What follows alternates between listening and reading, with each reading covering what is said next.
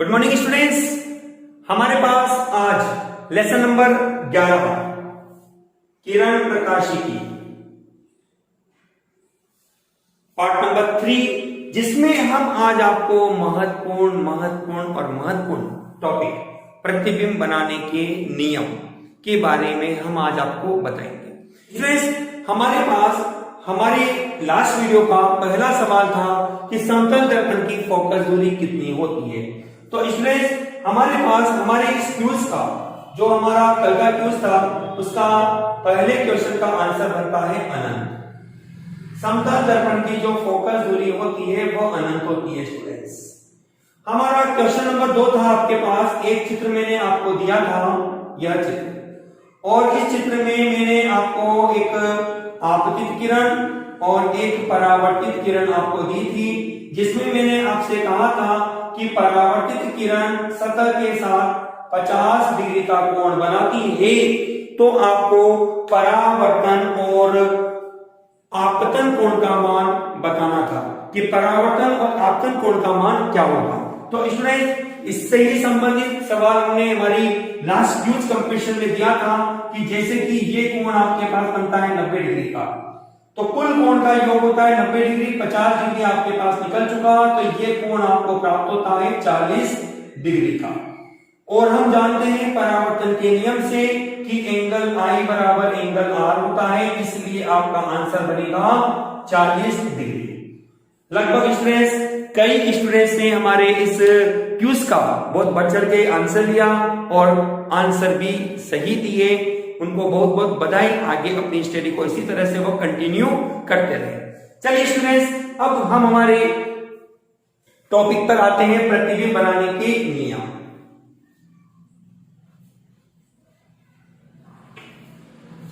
Students, प्रतिबिंब बनाने के 4 नियम होते हैं। हम कहते हैं प्रतिबिंब बनाने के आपके पास 4 नियम हैं। प्रतिबिंब बनाने के 4 नियम हैं। ध्यान से सुनिए, ध्यान से समझिए स्टूडेंट्स। नंबर 1 के रूप में हमें कहते हैं, यदि कोई प्रकाश किरण मुख्य अक्ष के समांतर आती है तो परावर्तन के पश्चात वह दर्पण के फोकस से गुजरती है। देखिए चित्र में मैं लैंग्वेज में लिखता हूं, यदि प्रकाश किरण मुख्य अक्ष के समांतर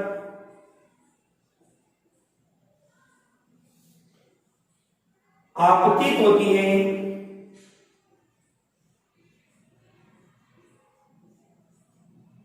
तो परावर्तन के पश्चात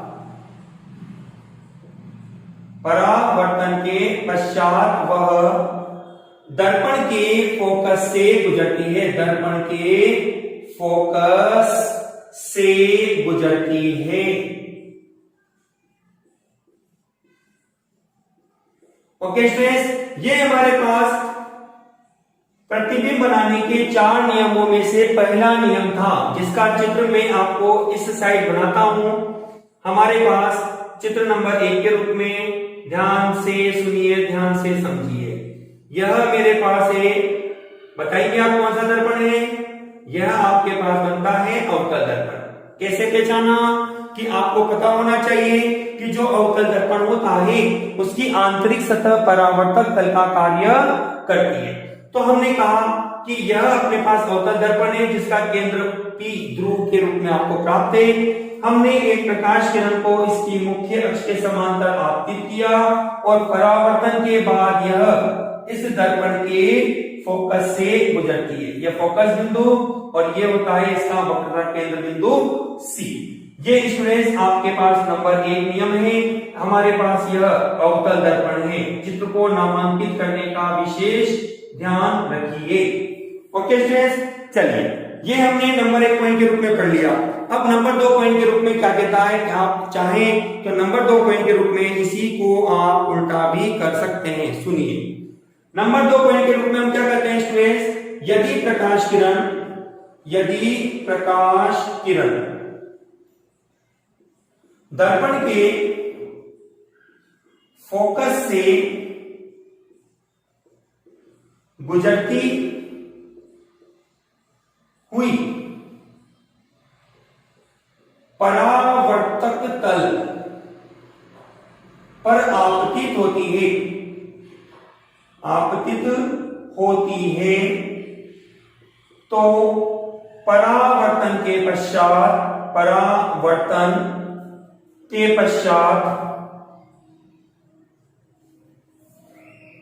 परावर्तित किरण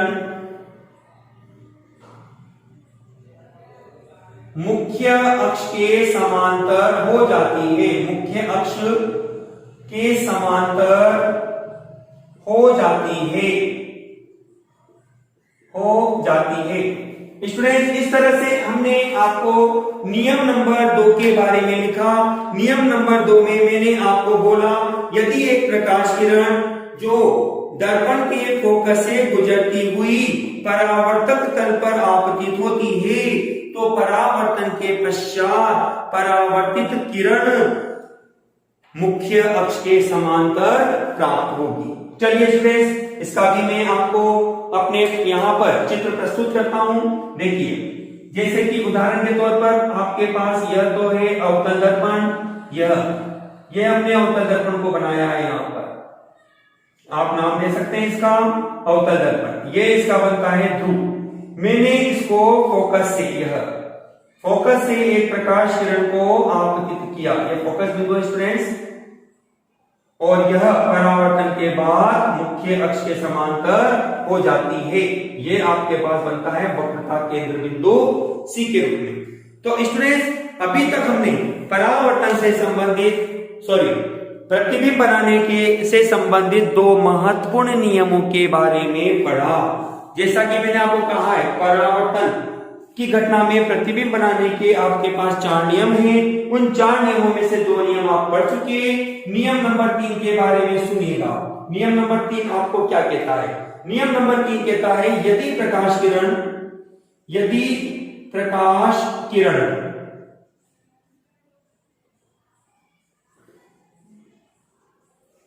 मुख्य अक्ष से कोण बनाती हुई दर्पण के ध्रुव पर आपतित होती है, तो परावर्तित किरण परावर्तन के नियम जो कि आपके पास बनता है स्टूडेंट्स, एंगल I बराबर एंगल R, परावर्तन के नियम का पालन करती है। स्टूडेंट्स, इसका चित्र आप देखिएगा, क्या क्या कहता है ये चित्र, आपको किस तरह से प्रदर्शित करेगा, सुनिएगा। मैंने आपके सामने यह दर्पण बनाया है। हम अवतल दर्पण के बारे में ही हमारे सिलेबस में डिस्कस करते हैं। यह आपके पास है P। आपने प्रकाश किरण को लिया और इस आपतित किरण को दर्पण के ध्रुव पर आपतित किया। ये कोण आपके पास आए, तो परावर्तित किरण जो बनेगी वह यह होगी, और यह किरण मुख्य अक्ष के साथ परावर्तन कोण R का निर्माण करेगी। तो ऐसी स्थिति में ये तो फोकस बिंदु F है आपके पास, ये है वक्रता केंद्र। तो यहां आप देखोगे कि एंगल I बराबर होगा एंगल R, जो कि परावर्तन का नियम कहलाता है। ओके स्टूडेंट्स, आपको मेरे नियम जो मैं बता रहा हूं आपको, आई होप आपको समझ में आ रहा होगा, आप उसको ध्यान से समझ रहे होंगे, ध्यान से सुन रहे होंगे। स्टूडेंट्स, नियम नंबर 3 को मैं दोबारा से रिपीट कर लेता हूं। यदि कोई प्रकाश किरण मुख्य अक्ष से कोण बनाती हुई, यह मुख्य अक्ष से कोण बना रही है, परावर्तक तल पर आपतित होती है ध्रुव पर, तो परावर्तन के पश्चात वह परावर्तन के नियम का पालन करेगी। चलिए, अब हम मैं यहां लिख देता हूं स्टूडेंट्स, जगत की वजह से नंबर 4 और आखिरी नियम पढ़ते हैं। हमने इसमें कहा, यदि प्रकाश किरण दर्पण के वक्रता केंद्र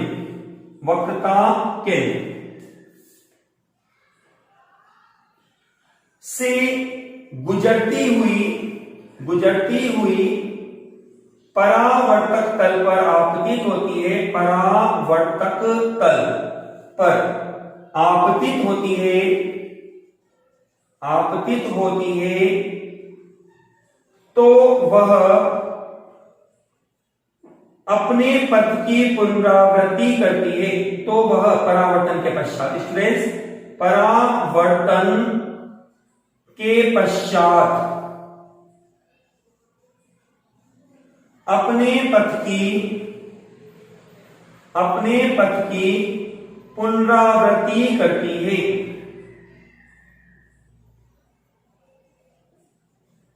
ओके स्टूडेंट्स, चित्र में समझिएगा। जैसा कि हम बता दें आपको, यह आपके पास है दर्पण, अवतल दर्पण, जिसके हमने बाह्य भाग पर कलैया पॉलिश करी है। ठीक है स्टूडेंट्स, ये आपके पास बनता है इस दर्पण का ध्रुव। हमने प्रकाश किरण को वक्रता केंद्र से गुजारा, यह वक्रता केंद्र बिंदु सी है, यह फोकस बिंदु एफ हो जाता है।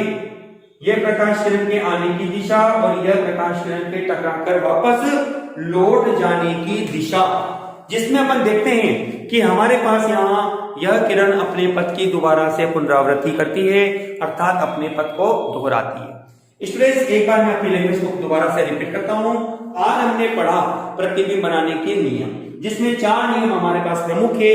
जिसमें पहले नियम के आधार पर हमने कहा, यदि कोई प्रकाश किरण दर्पण की मुख्य अक्ष के समांतर परावर्तक तल पर आपतित होती है तो परावर्तन के पश्चात वह दर्पण के फोकस से गुजरती है।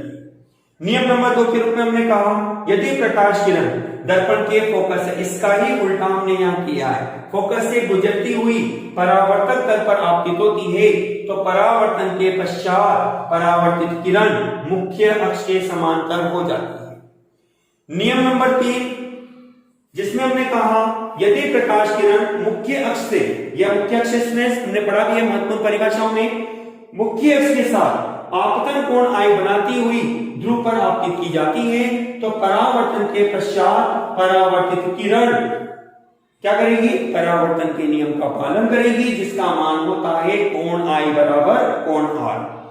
नियम नंबर 4 स्टूडेंट्स, जिसके बारे में हमने कहा, यदि कोई प्रकाश किरण दर्पण के वक्रता के सी से गुजरती हुई परावर्तक तल पर आपतित होती है तो परावर्तन के पश्चात वह अपने पथ की पुनरावृत्ति करती है। तो स्टूडेंट्स, इस तरह से हमने प्रतिबिंब बनाने के 4 नियम पढ़े। लेकिन सर, आपने प्रतिबिंब तो बनाना बताया नहीं। बताएंगे स्टूडेंट्स हम आपको, जैसा कि हम जानते हैं, अभी नहीं तो कभी नहीं। आप ये ध्यान रखिए, प्रतिबिंब कैसे बनाएंगे।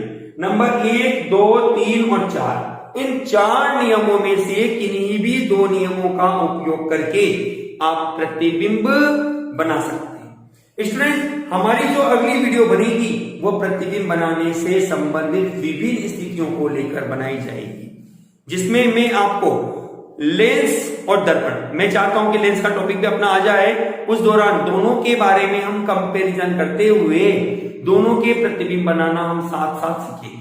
अभी स्टूडेंट्स, हम केवल इतना आपको बताते हैं कि आप किसी भी वस्तु का जब प्रतिबिंब बनाना चाहते हो तो आपको उस वस्तु से 2 किरणों को गुजारना होगा और इन परावर्तनों के नियमों का पालन करते हुए आपके पास जहां वो 2 किरणें आपस में प्रतिच्छेद होंगी वहीं आपको उस वस्तु का प्रतिबिंब प्राप्त होगा। ओके स्टूडेंट्स, हमने हमारी इस वीडियो में प्रतिबिंब बनाने के नियमों के बारे में पढ़ा स्टूडेंट्स, जिसमें मैंने आपको प्रतिबिंब बनाने के 4 नियम दिए। अब हम हमारी इसी वीडियो को और आगे बढ़ाते हुए मैं आपको हमारे इस चैप्टर का एक और महत्वपूर्ण इंपॉर्टेंट भाग, चिन्ह परिपाटी के बारे में बताते हैं। चलिए स्टूडेंट्स, हमारा अगला टॉपिक है आज का चिन्ह परिपाटी। ध्यान से सुनिएगा, यहां पर मैं आपको चिन्ह परिपाटी से संबंधित 6 नियम आपको दूंगा, जो आपके लिए न्यूमेरिकल की दृष्टि से, डेरिवेशन करने की दृष्टि से काफी इंपॉर्टेंट होते हैं, जिनका उपयोग करके आप न्यूमेरिकल को सरलता से हल कर सकते हैं। तो स्टूडेंट्स, अपना जो टॉपिक है वो है चिन्ह परिपाटी।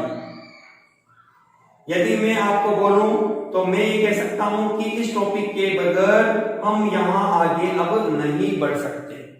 तो स्टूडेंट्स, मैं इस साइड तो नियम लिखूंगा, यहां मेरे पास एक चित्र बना होगा। ध्यान से सुनिए, ध्यान से समझिए।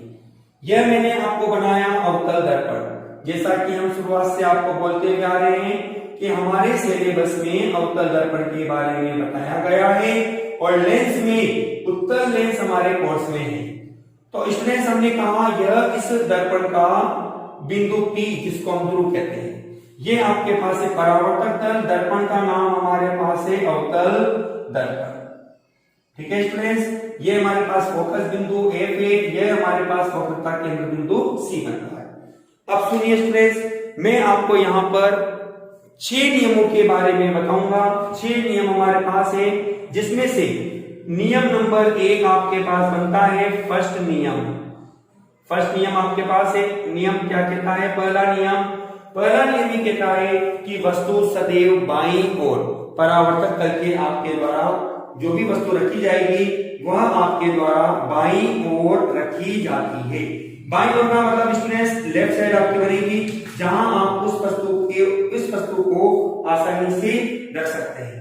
ठीक है स्टूडेंट्स, इस कंडीशन के आधार पर हमारे पास कुछ नियम और शर्तें हैं जिनका हम उपयोग यहाँ पर चिन्ह परिपाटी के रूप में करते हैं। नंबर 1 के रूप में मैंने नियम आपको लिखा कि वस्तु सदैव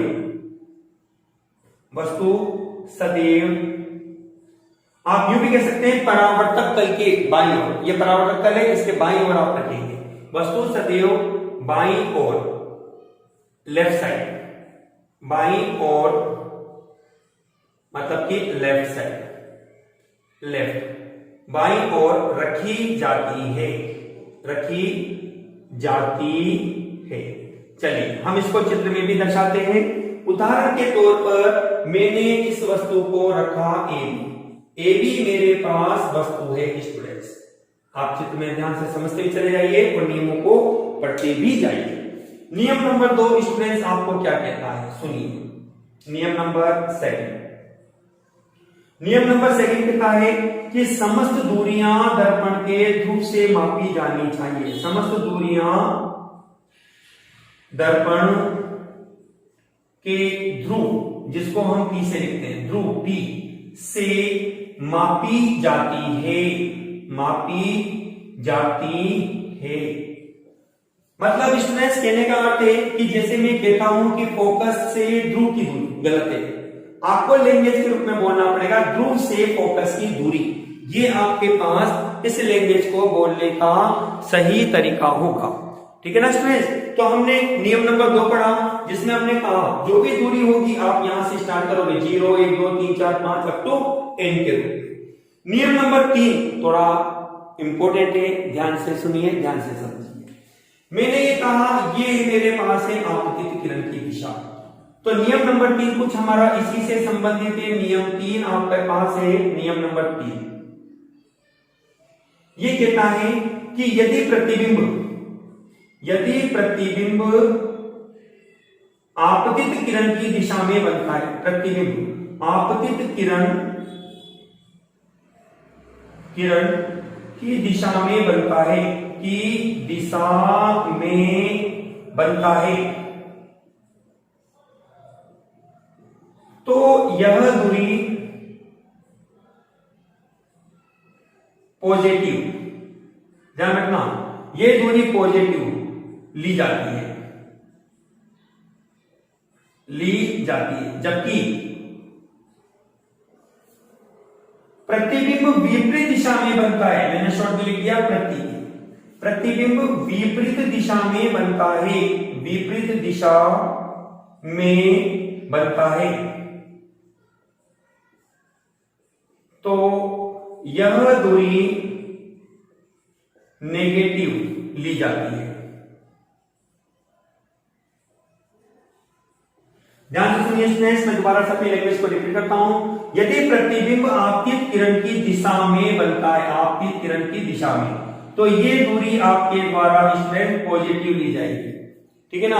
और यदि विपरीत दिशा में बनता है तो ये दूरी आपके द्वारा नेगेटिव ली जाती है। चलिए चित्र में देखिए, ये वस्तु है, ये आपके किरण की दिशा है। तो मैंने कहा प्रतिबिंब आपतित किरण की दिशा में, मतलब प्रतिबिंब आपके पास इस साइड बनता है, प्रतिबिंब आपतित किरण की दिशा में। तो मैंने यहां पर आपको शॉर्ट में लिख दिया, ये वैल्यू आपके पास बनेगी पॉजिटिव के रूप में। और यदि इसको ही विपरीत कर दीजिए, प्रतिबिंब, मैंने बोला प्रतिबिंब आपतित किरण की विपरीत दिशा में, तो ये दूरी आपको लेनी होगी नेगेटिव के रूप में। ठीक है स्टूडेंट्स, इस तरह से मैंने आपको प्रतिबिंब बनाने के अभी तक आपको 3 नियम प्रस्तुत किए। 3 नियमों में से पहला नियम था कि वस्तु सदैव बाईं ओर रखी जानी चाहिए। नियम नंबर 2, समस्त दूरियां दर्पण के ध्रुव से मापी जाती है। नियम नंबर 3, यदि प्रतिबिंब आपतित किरण की दिशा के अनुदिश बनता है तो यह दूरी पॉजिटिव ली जाती है, जबकि विपरीत दिशा में होने पर यह दूरी नेगेटिव ली जाती है। चलिए स्टूडेंट्स, नियम नंबर 4 पर आते हैं हम। नियम 4 क्या कहता है आपको? यदि वस्तु या प्रतिबिंब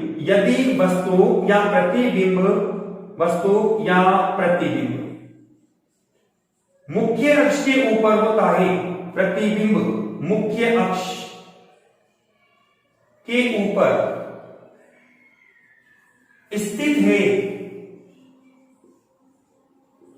तो यह दूरी या ऊंचाई, तो यह ऊंचाई पॉजिटिव ली जाती है, पॉजिटिव ली जाती है, जबकि मुख्य अक्ष के नीचे की स्थिति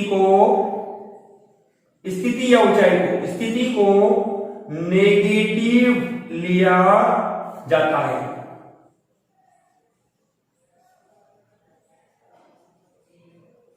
ठीक है स्टूडेंट्स, दोबारा से समझिएगा कि आपके पास यदि वस्तु मुख्य अक्ष के ऊपर है, जैसे कि मैंने यहां रखा है आपको, तो ये ऊंचाई आपके द्वारा पॉजिटिव ली जाएगी। और यदि आपने यहां नीचे की ओर रखा है तो यह ऊंचाई या गहराई आपके द्वारा नेगेटिव ली जाती है। ये आपके पास मुख्य अक्ष है, ये आपके पास है मुख्य अक्ष, जैसा हमने महत्वपूर्ण परिभाषाओं में पढ़ा भी था। तो ये ऊंचाई तो पॉजिटिव होगी यदि आपके द्वारा वस्तु मुख्य अक्ष के ऊपर या प्रतिबिंब मुख्य अक्ष के ऊपर बनता है, तो इस ऊंचाई को आप पॉजिटिव के रूप में लेंगे। और यदि ये नेगेटिव के रूप में ली जाएगी यदि आपके पास यह मुख्य अक्ष के नीचे प्राप्त होता है। चलिए हम लेते हैं नियम नंबर 5, जिसके रूप में हम कहते हैं ध्रुव से वस्तु की दूरी को u द्वारा, ठीक है, ध्रुव से प्रतिबिंब की दूरी को v द्वारा दर्शाया जाता है। देखिए जैसे आपके पास ये वस्तु है, स्टूडेंट समझने की कोशिश कीजिएगा यहाँ पे। तो मैं यहां से इस दूरी को u के द्वारा प्रदर्शित करूंगा।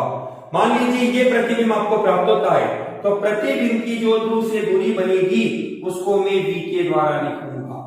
ठीक है स्टूडेंट्स, चलिए हमारा नियम नंबर 6 और आखिरी नियम है आपका, जिसमें हमने कहा कि अवतल दर्पण की फोकस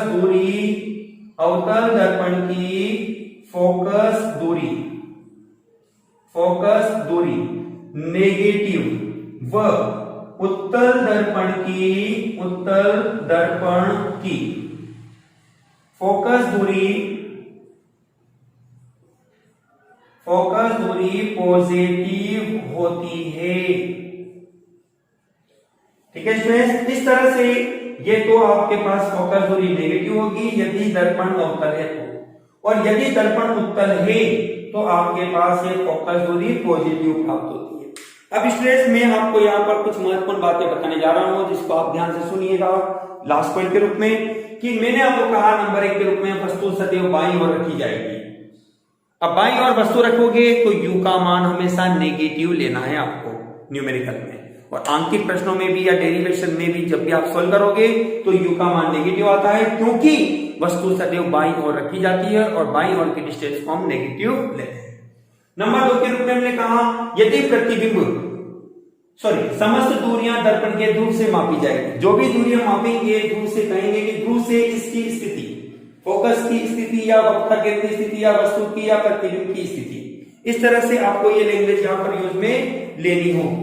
नियम नंबर 3 के रूप में हमने कहा कि आपके पास यदि वस्तु का जो प्रतिबिंब है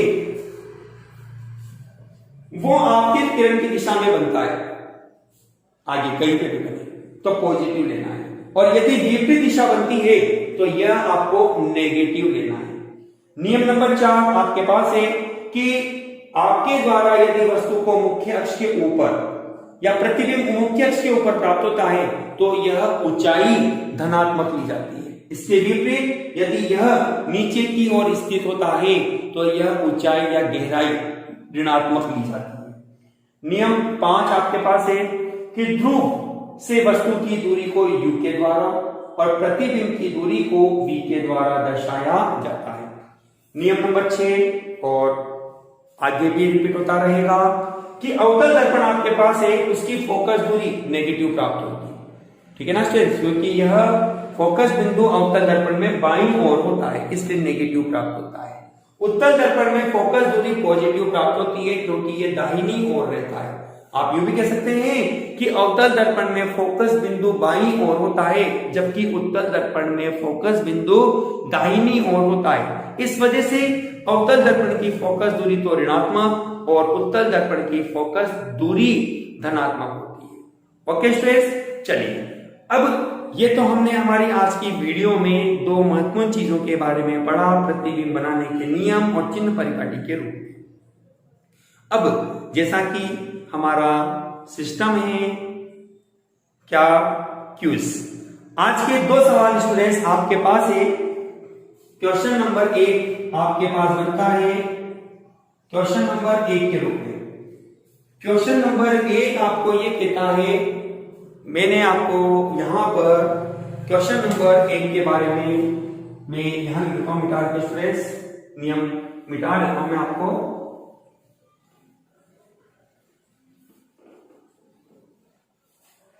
जिसमें मैंने आपको कहा क्वेश्चन नंबर 1 के रूप में यदि वस्तु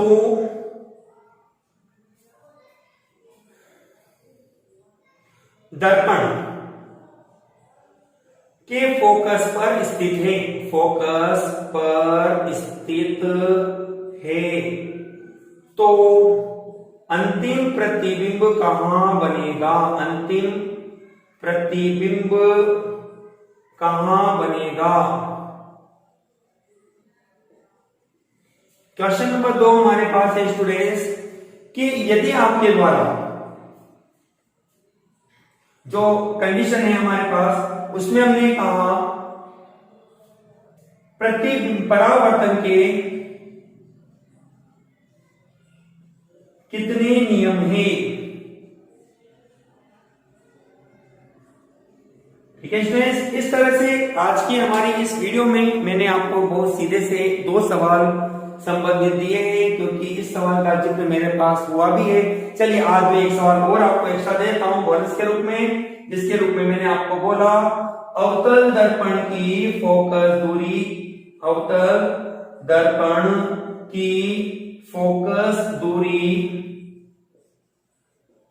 किस प्रकार की होती है, किस प्रकार की होती है और क्यों। मैंने इसका कारण भी आपको बताया है स्टूडेंट्स। वीडियो को आप पूरा देखिए, तीनों क्वेश्चनों के आंसर ढूंढिए और जल्दी जल्दी से कमेंट बॉक्स में अपने सवालों के आंसर दीजिए। Thank you students.